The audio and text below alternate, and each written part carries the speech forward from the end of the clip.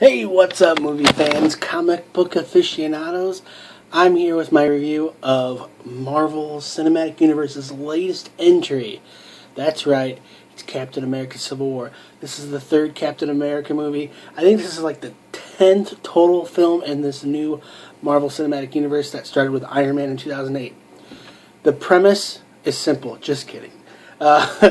It's a really intense, connected universe that I do not claim to know everything about. In summary, there's a whole lot of superheroes that are trying to do their best to save the Earth.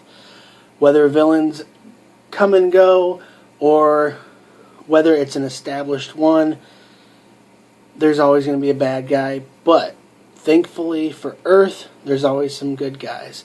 You have Captain America, you have Iron Man. You unfortunately do not have the Hulk, but you have some serious heroes. Those are the two guys. Unfortunately, they have a little bit of a disagreement. Now, Tony Stark, aka Iron Man, he is known for his brashness, his lack of complacency normally. However, he feels for the betterment of the future of the Avengers, for the Earth, that they need to sign this pact with the United Nations to prevent backlash. Captain America, who is Captain America, the guy for America and for Earth, is kind of hesitant. He doesn't want to put control of the group in other people's hands. So it's kind of a reversal of these roles, and it's pretty interesting dynamic. Now, I don't want to spoil the movie, but I want to let you know that I think it was a really good addition to the MCU. The Russo brothers, they delivered a really good movie. This is more of a dialogue-heavy film. I think it had a little bit less action. There was still a tremendous amount, but in comparison to some of the previous ones, it's a little bit less Hulk smash and more Hulk learn. Like I said, I regret not being able to see my buddy Hulk in the film. They do reference him briefly about 20 minutes into the movie. You also don't get to see Thor. So I think that those could be like the two letdowns in the film. This film is more of Bucky is... You don't know if he's good or bad. You find out one way or the other halfway through, and without spoiling it, I think it's a pretty understandable conclusion that we get from him. I think that, this dynamic between Steve Rogers, aka Captain America, and Tony Stark, aka Iron Man, is really good. They each have their own underling groups. Hawkeye, Black Widow, Scorpion, just kidding. I think they all really mesh well. AntMan is hilarious in his own right.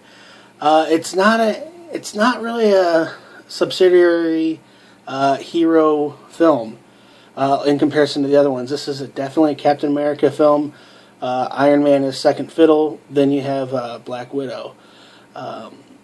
Ant-Man is really funny in his moments. If anything, I would say that Anthony Mackie's Falcon gets like the number 4 spot. War Machine's in there for a good amount. It's a good mix of the characters, but what we really finally get to see is Spidey.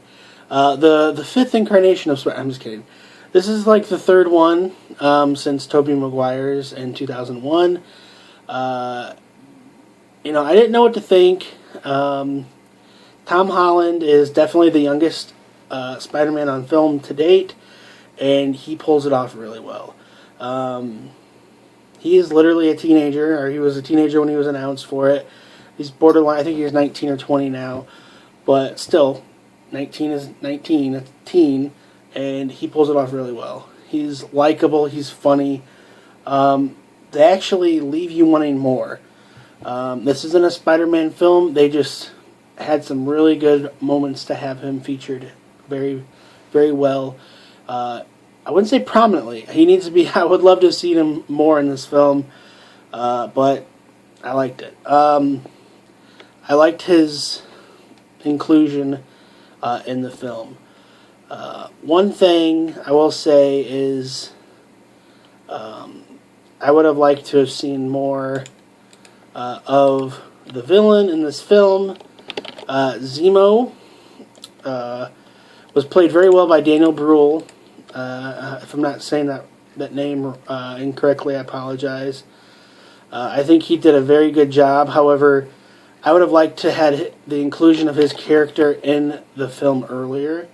I should say in the Marvel Cinematic Universe earlier. I mean, just show a photo in there. There's a kind of a little bit of happenstance in this film where they're kind of like, and this happened there, and that's why it works.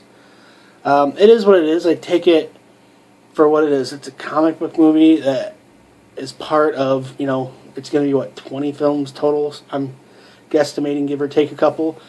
It's like the 9th film in the series, and they keep being fun and engaging, and that's what matters. It's okay to be a little nerdy, because I'm definitely nerdy. I love Marvel films. I love comic book films. I love film. I hope you guys like it. I hope I didn't. My intent was not to spoil the film. This is my initial viewing thoughts, and I plan on seeing it again. So I'll get a little bit more in depth in my next review. If you could do me a big favor, refresh the video, click on any ads that are embedded in my videos. It helps me pay for my movie tickets, and it's much appreciated. I get a couple pennies for every click, so it adds up. If you want to check out my other movie reviews, click on my username, which is London Hawthorne, and you can see my search bar, type in review. I've seen thousands of movies. I love talking about movies. I love responding to your comments. Let me know what you guys think. Hit that thumbs up button, and let's talk movies. Have a great day.